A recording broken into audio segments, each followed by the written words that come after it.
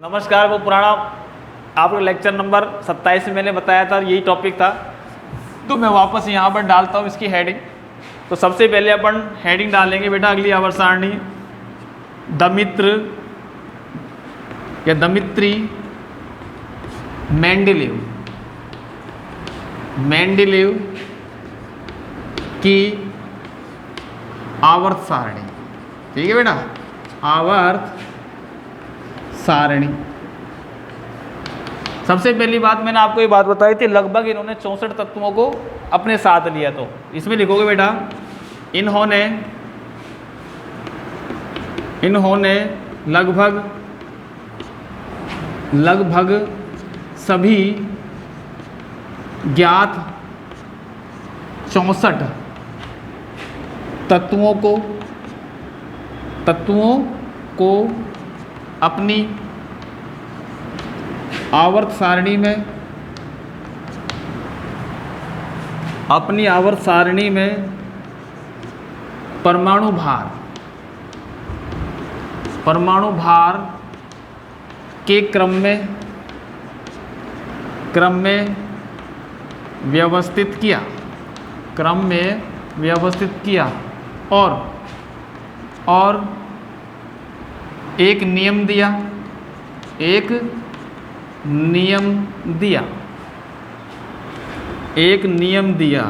अब नियम क्या था? मेंडेलीव का आवर्त नियम। क्या था बेटा? वो हेडिंग डाले अपन मेंडेलीव का आवर्त नियम। ठीक है बेटा। अब मेंडेलीव का आवर्त नियम क्या है बेटा? सब कुछ अच्छी तरह से जानते हैं बेटा कि मेंडेलीव ने भी तत्वों को उनके बढ़ते हुए परमाणु भार के क्रम में व्यवस्थित किया और इसी को ही उन्होंने क्या माना? तत्वों का मूल गुणधर्म माना। ठीक है ना? तो मेंडेलीव का आवर्त नियम किया गया है, जब क्या लिखोगे? जब तत्वों को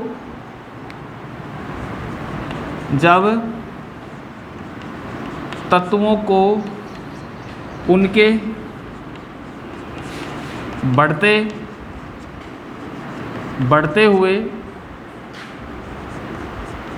बढ़ते हुए परमाणु भार के क्रम में व्यवस्थित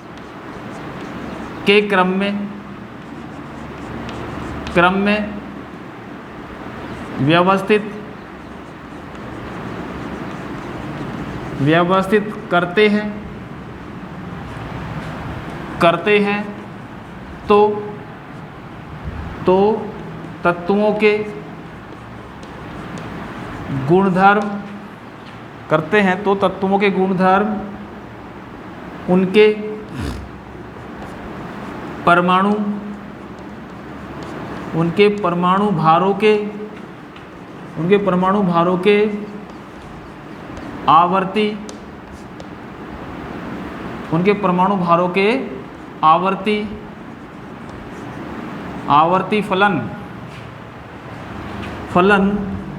फलन होते हैं।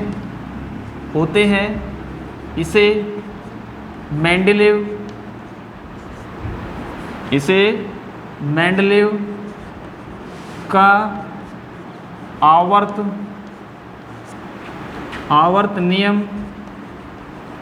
आवर्त नियम कहते हैं। ठीक है बेटा। तो सबसे पहली बात है, जब तत्वों को उनके बढ़ते हुए परमाणु भार के क्रम में व्यवस्थित करते हैं तो तत्वों के गुणधर्म उनके आवर्ती फलन होते हैं। अब बात यह कि समझ में आ गई साहब, ये आवर्ती फलन या आवर्तीता से आप क्या समझते हैं ना? एक पॉइंट है इसके अंदर, इस लैंग्वेज की बात करें। आवर्ती या आवर्ती फलन या आवर्तीता का मतलब है जब तत्वों को उनके बढ़ते हुए परमाणु भार के क्रम में व्यवस्थित करते हैं तो एक निश्चित अंतराल के बाद उनके गुणधर्मों में पुनरावृत्ति होती है। उसके गुणधर्मों में क्या होती है बेटा? पुनरावृत्ति होती है। इसे ही आवर्तीता या फिर आवर्ती फलन कहते हैं। समझ में आई? तो यहाँ पर अपन को आवर्ती फलन भी जरूर करना है कि बेटा यहाँ पर ना भाई आवर्ती फलन का मतलब क्या है भाई, एक चीज़ तो ये समझ में आनी चाहिए।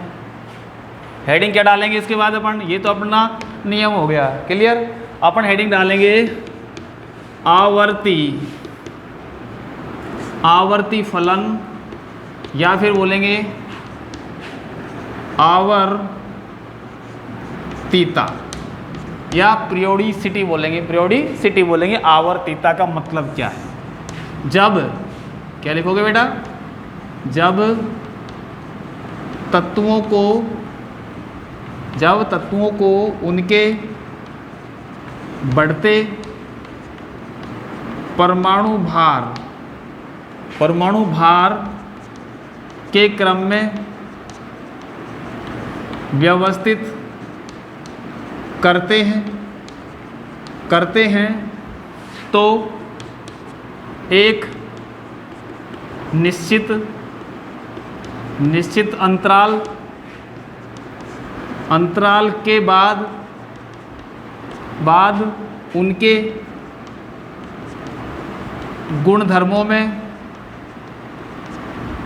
गुणधर्मों में पुनरावर्ती होती है। इसे ही क्या बोलोगे बेटा? इसे ही आवर्तिता या फिर आवर्ती फलन कहोगे बेटा। पुनरावर्ती होती है, इसे ही आवर्तिता या आवर्ती फलन कहते हैं। ठीक है बेटा, ये बात समझ में आ गई आप लोगों को? भाई गुणधर्मों को बोला तो इस चीज़ को आप लोगों को लिखना है कि आवर्तिता से क्या मतलब है, क्योंकि हमारा पाठ का नाम यही है, तत्वों का वर्गीकरण तथा उनकी आवर्तिता, ये पाठ का नाम। तो यहाँ पर classification of elements and it's periodicity, जो इनकी पीरियोडिसिटी उसके बारे में पूछा गया। तो यहाँ पर आवर्तिता का मतलब ये समझना कि जब तत्वों को उनके बढ़ते हुए परमाणु भार के क्रम में व्यवस्थित करोगे तो एक निश्चित अंतराल के बाद तत्वों के गुणधर्मों में एक समानता उत्पन्न होगी, इसे ही आवर्तिता बोलेंगे। अब यहाँ पर सबसे पहले कि भाई मेंडेलीव की आवर्त सारणी में क्या क्या खूबी हैं, तो यहाँ पर हम सबसे पहले बोलेंगे भाई मेंडेलीव की आवर्त सारणी। अब इसके अंदर पॉइंट डालेंगे बेटा, मेंडेलीव की आवर्त सारणी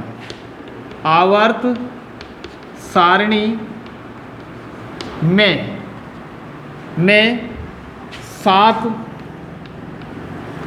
क्षैतिज रेखा बोलेंगे। क्षैतिज क्या होती है बेटा? ऐसी रेखा को क्षैतिज रेखा बोला जाएगा ना, ये वाली 7 क्षैतिज रेखा, जिन्हें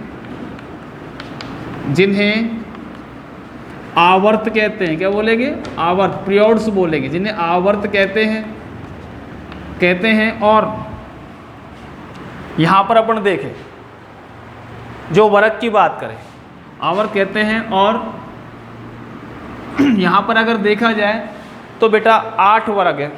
ठीक, यहाँ पर जो वर्ग कहते हैं, वर्ग मतलब कौन सी रेखा? जिसको बोलोगे आप लोग एक तरह से ऊर्ध्वाधर रेखा, ऊर्ध्वाधर रेखा। और ऊर्ध्वाधर रेखा को बेटा यहाँ पर फर्स्ट से लेकर 7th लिख दिया पर 7th बी हो गया, कॉमा फर्स्ट से लेकर 7th ए।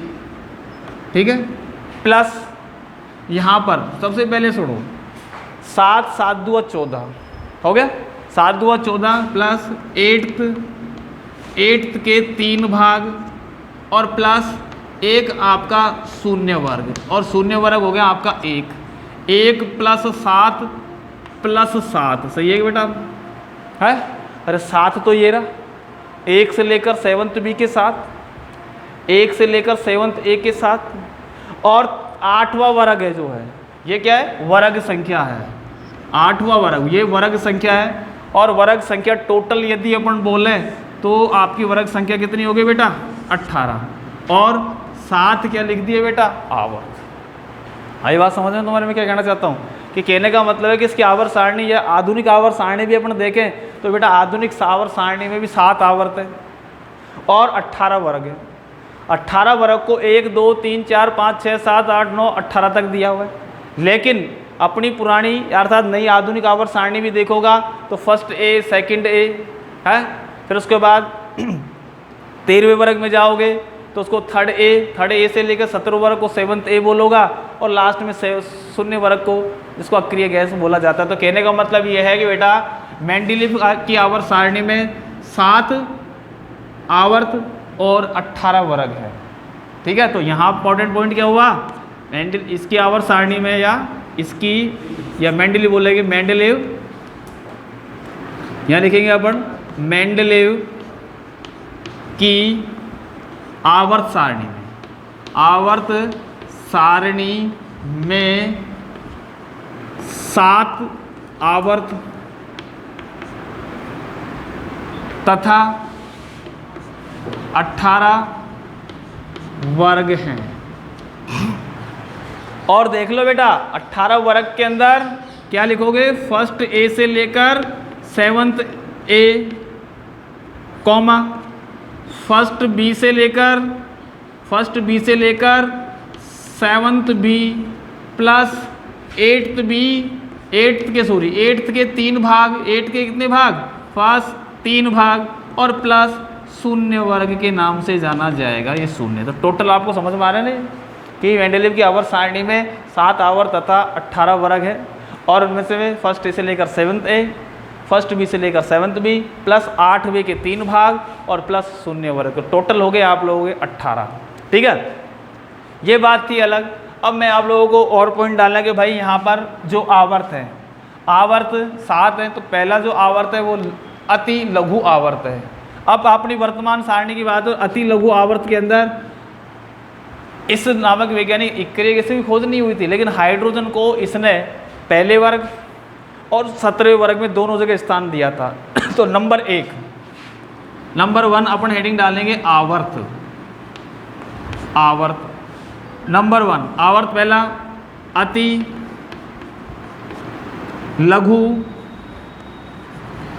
लघु आवर्त।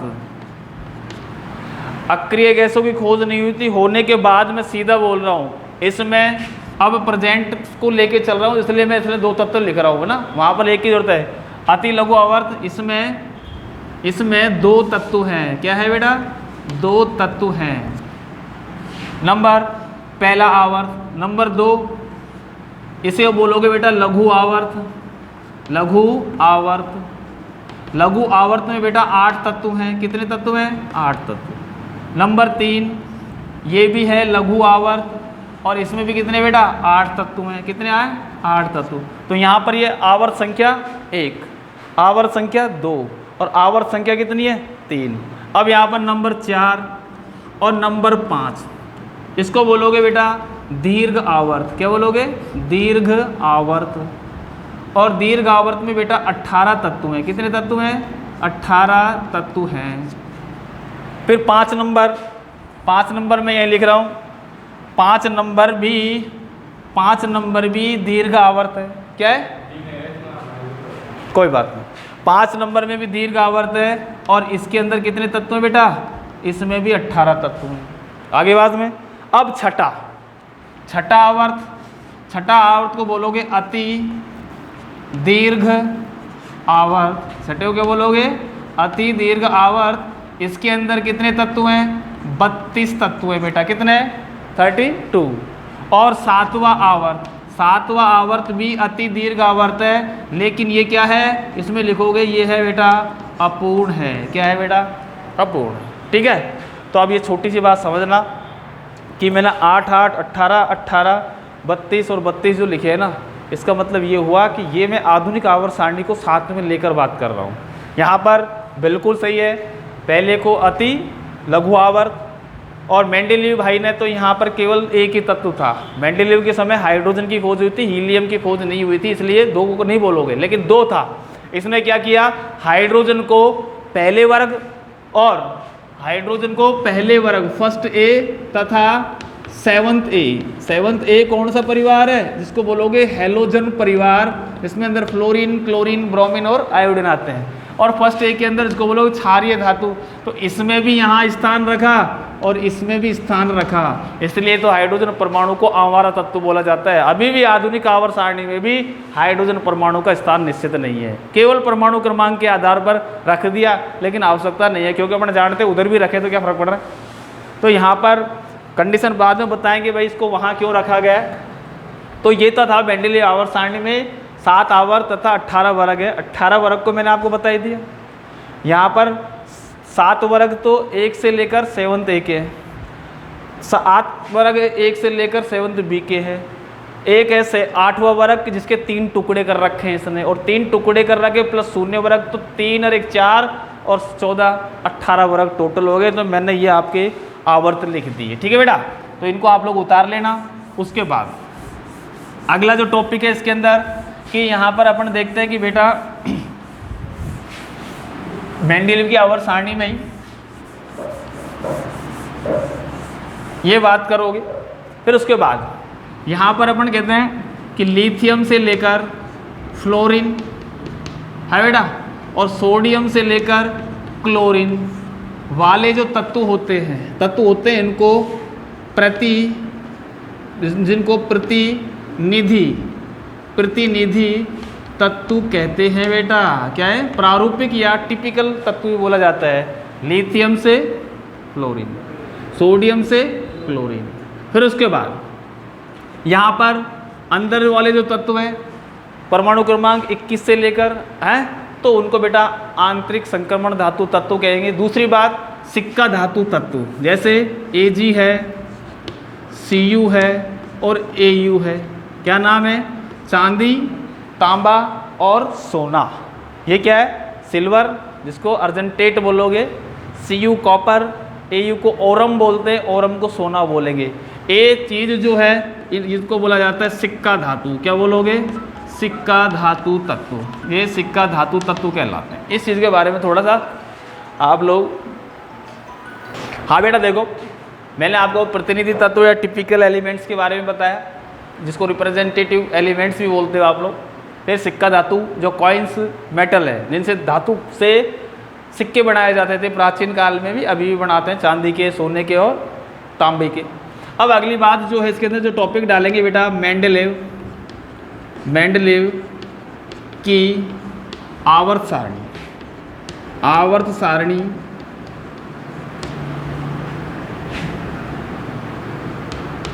आवर्त सारणी की क्या लिखोगे बेटे यहाँ पे?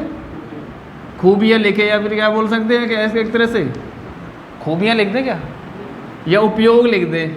खूबियाँ लिख दें। चलो, खूबियाँ क्या है बेटे? खूबियाँ क्या चीज़ है एक तरह से। अब सुनो, सबसे पहली खूबी तत्वों का, पहली है तत्वों को सही व्यवस्थित करना। सुनो बेटा, मेंडेलीव नामक वैज्ञानिक ने सर्वप्रथम तत्वों को उनके बढ़ते हुए परमाणु भार के क्रम में व्यवस्थित किया, और उन्होंने उन तत्वों को इस प्रकार से व्यवस्थित किया कि उन तत्वों के गुणधर्मों में एक निश्चित अंतराल के बाद क्या आई बेटा? पुनरावृत्ति हुई। और पुनरावृत्ति के कारण हम कह सकते हैं सर्वप्रथम जो व्यवस्थित कार्य किया तत्वों को सही व्यवस्थित करना, वो मेंडेलीव ने किया। तो हम कह सकते हैं कि तत्वों को सही व्यवस्थित करना, तो यहाँ लिखेंगे सर्वप्रथम मेंडेलीव ने तत्वों को सही व्यवस्थित किया, तत्वों को सही व्यवस्थित किया, और देखा कि तत्वों के गुणधर्म एक निश्चित अंतराल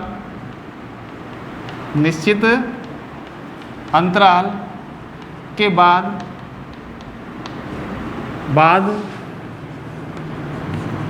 पुनरावृत्ति करते हैं। ठीक है बेटा, एक कहने का मतलब है कि अब पुनरावृत्ति करते हैं, तो इसी को आवर्तित बोला।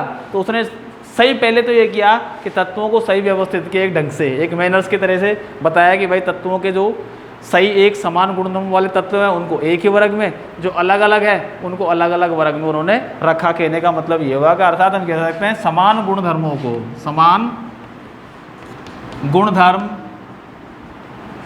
गुणधर्म वाले तत्वों को एक ही वर्ग में रखा। पहला काम तो ये हो। बोलो कोई दिक्कत है कैसे है? तो इस लैंग्वेज को अपन लिखेंगे कि तत्वों का सही व्यवस्थित करना। अब दूसरा पॉइंट क्या हुआ? दूसरा पॉइंट ये हुआ कि भाई यहाँ पर कि इन्होंने ऐसा किया मामला कि जैसे इनके पास कोई ज्ञात तत्व नहीं थे, और जब ज्ञात तत्व नहीं थे तो उसने क्या किया कि भाई भविष्य में एक ऐसा तत्व आएगा जिसके गुणधर्म ऐसे होने वाले हैं। अर्थात कहने का मतलब है एक तरह से भविष्य की भविष्यवाणी कर दी, और भविष्यवाणी करने के बाद बोला कि ये तत्व ऐसा होगा और इसका परमाणु भार भी इतना होगा, और जब प्रेजेंट में खोजे गए तो बेटा वो तत्व वैसे ही थे, इसमें कोई दिक्कत नहीं। तो अर्थात कहने का मतलब है तत्वों के, अगला जो पॉइंट होगा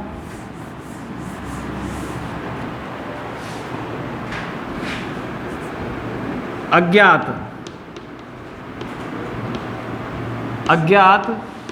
तत्वों की भविष्यवाणी। सही है भैया?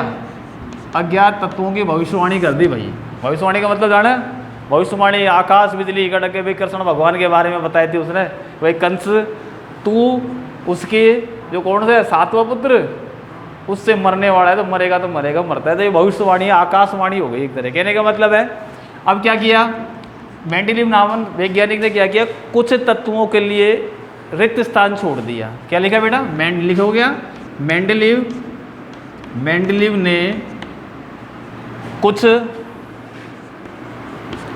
तत्वों के लिए रिक्त स्थान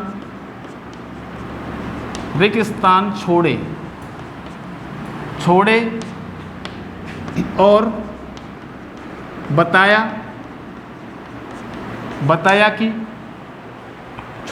बताया कि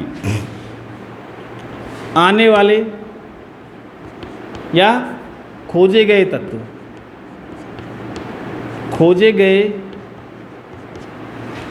तत्वों के गुणधर्म निम्न होंगे। अर्थात कहने का मतलब है निम्न होंगे और उन्हें उन रिक्त स्थान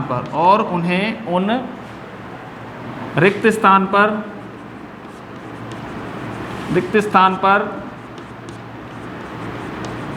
व्यवस्थित करेंगे। ठीक है बेटा? अब बोल दिया बेटा, सिस्टम हो गया, भविष्यवाणी कर दी। तो इन्होंने क्या किया, बोरोन से आगे है। कहने का मतलब एक तो बोरोन की बात करो, एक सिलिकॉन की बात कर रहे हैं। हाँ बेटा देखो, अब इन्होंने क्या, कुछ तत्व जैसे मैं 14 और 15 वर्ग में, 14-15 में यहाँ पर अब तत्व की बात करें तो एल्यूमिनियम और रिक्त स्थान छोड़ दिया था यहाँ पे, ये अलग बात है। यहाँ पर सिलिकॉन और रिक्त स्थान छोड़ दिया था। आगे आने वाला तत्व था बेटा Ga, जिसका नाम गैलियम है, और आगे आने वाला तत्व जर्मेनियम। ये क्या किया, इस गैलियम का परमाणु भार, इस गैलियम की परमाणु त्रिज्या, इस गैलियम का घनत्व आदि के बारे में मेंडलीव ने पहले ही बता दिया। ये रिक्त स्थान है, ये तो अब जमाए अपन ने, तो अब वर्तमान में तो इस यौगिक का, इस तत्व का नाम जो नाम दिया, वो नाम दिया था बेटा इसने एका एल्यूमिनियम। क्या नाम दिया था? एका एल्यूमिनियम। और इसका जो नाम दिया था, इसका नाम क्या है? सिलिकॉन। तो इसलिए इसका नाम पड़ गया एका सिलिकॉन। तो ये आपने बेटा अज्ञात तत्व थे, इसका भी परमाणु भार बता दिया था, इसका परमाणु त्रिज्या बता दी थी, इसका घनत्व भी बता दिया था, इसकी संयोजकता कितनी होती है सबके बारे में बता दिया था, स्पष्ट कर दिया था। ठीक है बेटा? तो ये एक भविष्यवाणी वाले दो हैं जिनके बारे में। अगला टॉपिक है बेटा नंबर 3, सॉरी जो भी ये चल रहा है तो टॉपिक लाओ। संयोजकता, तत्वों की संयोजकता सही करना। अर्थात यहाँ पर सबसे पहले वर्ग के आधार पर संयोजकता का निर्धारण किया गया है। भाई पहले वर्ग का है तो संयोजकता 1 है, दूसरे वर्ग में तो 2 है, तीसरे में तो 3 है, इस प्रकार से बताया। अब तत्वों की संयोजकता पहले बताई। सबसे पहली बात है कि प्रारंभ में जब मेंडलीव की आवर्त सारणी की खोज हुई थी, उस कंडीशन के अंदर जो Be है Be की संयोजकता को प्रारंभ बोल सकते हैं यहाँ पर, है ना। प्रारंभ में Be की संयोजकता को 3 माना गया। इस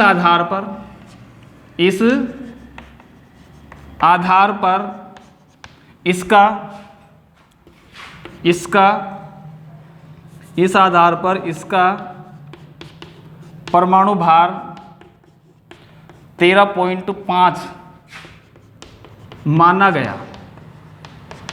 माना गया है। अब सबसे पहले लेकिन परंतु वर्तमान में या मेंडेलीव ने बताया कि बेरिलियम की संयोजकता 3 नहीं होती, 2 होती है। समझ भाई। परंतु वर्तमान में Be की संयोजकता क्या होती है बेटा? 2 होती है। अब 2 होती है तो इसका परमाणु भार 9 है। अर्थात हम बोलते हैं बेटा कि परमाणु भार बराबर संयोजकता इंटू तुल्यांकी भार होता है बेटा। ठीक है। अब प्रारंभ में तुल्यांकी भार की बात करें तो तुल्यांकी भार तो 4.5 होता है। किसका? बेरिलियम का। अब बेरिलियम का तुल्यांकी भार जब 4.5 है तो प्रारंभ की बात करो तो 13.5 कब आया भाई? प्रारंभ की बात करें नंबर ए को संयोजकता कितनी? 3 इंटू 4.5 बराबर कितना है? 4 3 12 13.5। अब संयोजकता को क्या कर दिया इसने? सुधार कर दिया। ये तो मामला था गलत है कि नहीं भाई? अब बी अगला मामला भाई, संयोजकता कितनी बताई मेंडेलीव ने? 2 है। अब 2 के हिसाब से 2 इंटू 4.5 बराबर कितना आएगा? 9 है। तो अपन देखते हैं वर्तमान में बेरिलियम का परमाणु भार 9 होता है। ठीक है बेटा। और भी इसकी खूबियां हैं, वो बेटा खूबी मैं आप लोगों को लेक्चर नंबर अगले में बताऊंगा। ठीक है बेटा। धन्यवाद।